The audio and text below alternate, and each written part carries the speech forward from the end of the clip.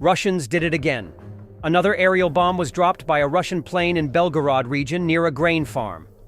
On January 9th, the FAB fell near Ivanovskaya Lisitsa village in the Grey-Voronsky district.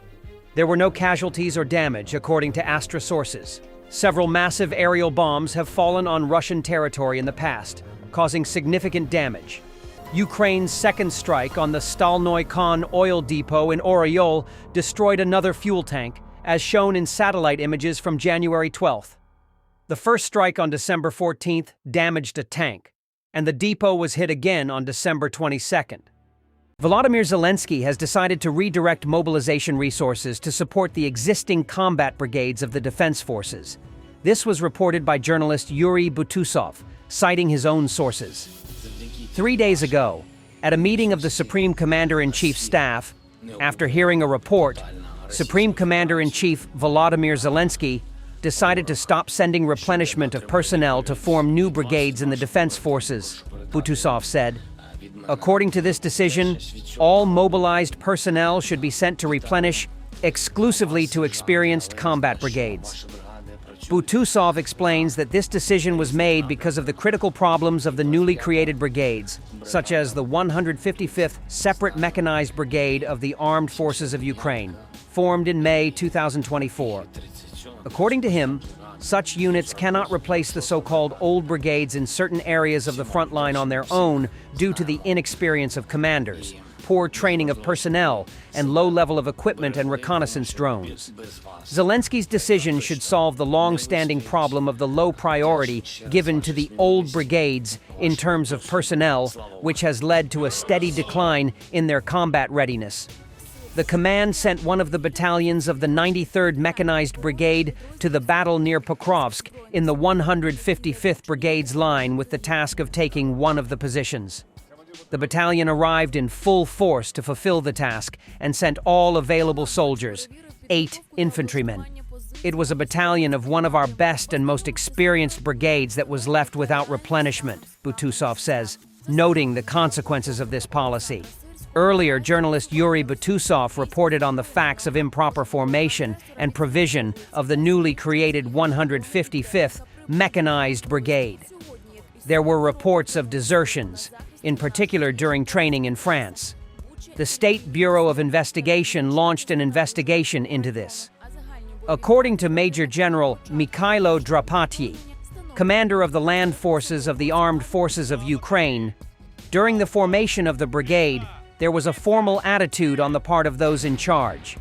This included inadequate management and control of the entire process, mistakes in recruitment and not always well-considered decisions on the management of the brigade's personnel, imperfect planning of training both in Ukraine and abroad, and a delayed reaction of the high command to the problems that arose in the process of creating and acquiring capabilities by the new combat unit of the land forces. He assured that most of the systemic shortcomings committed by the Land Forces Command, the General Staff of the Armed Forces, and the Operational Command at all stages of the 155th Brigade's formation have been analyzed, assessed, and solutions to some issues are already being implemented. Currently, the Ground Forces Command is focused on manning the brigade with experienced officers and commanders of all ranks. At the same time, the Ministry of Defense will work to provide the brigade with maximum support. The resistance movement Atesh reports that Russia is increasing its air defense systems in Crimea, thereby weakening other sections of the front.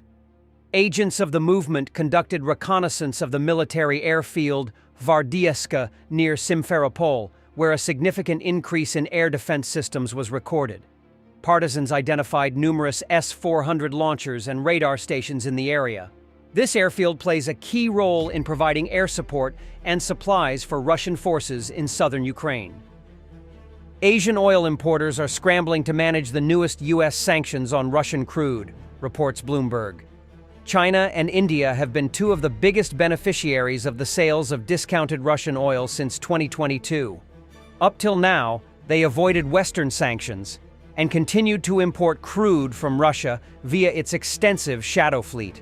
But with the latest package of sanctions from the outgoing Biden administration, targeting producers, insurers, and vessels that benefited from the Russian oil trade. Refiners, tanker operators, and port executives across Asia are rightfully worried.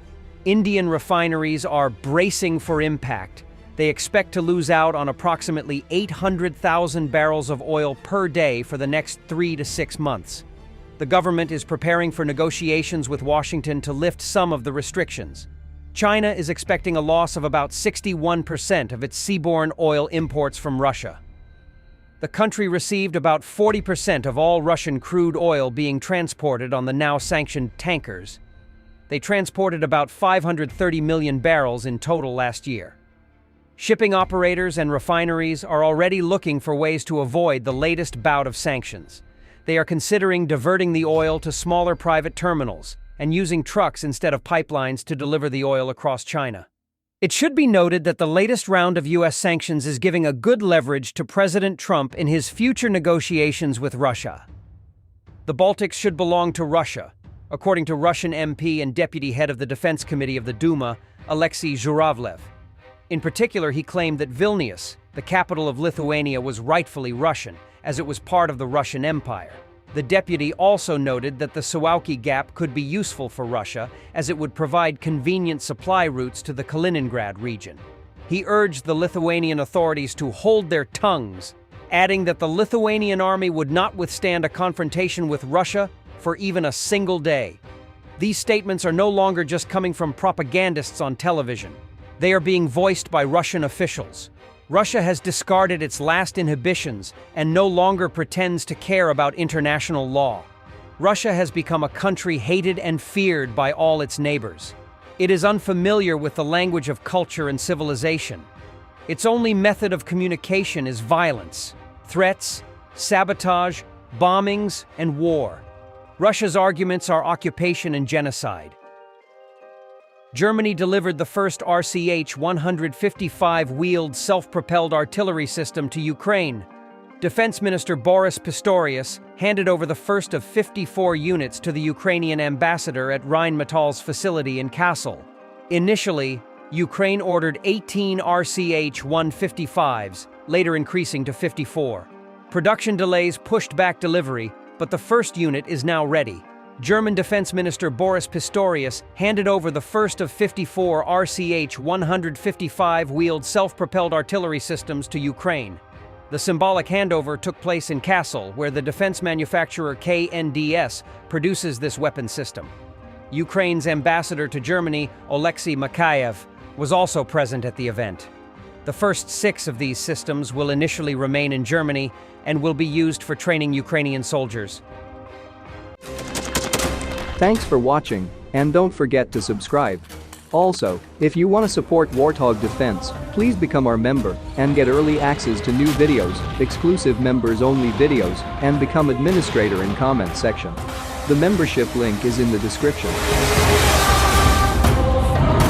Rescues every day. We had a guy last week at 6 rescues in 6 days. He's doing the job every day.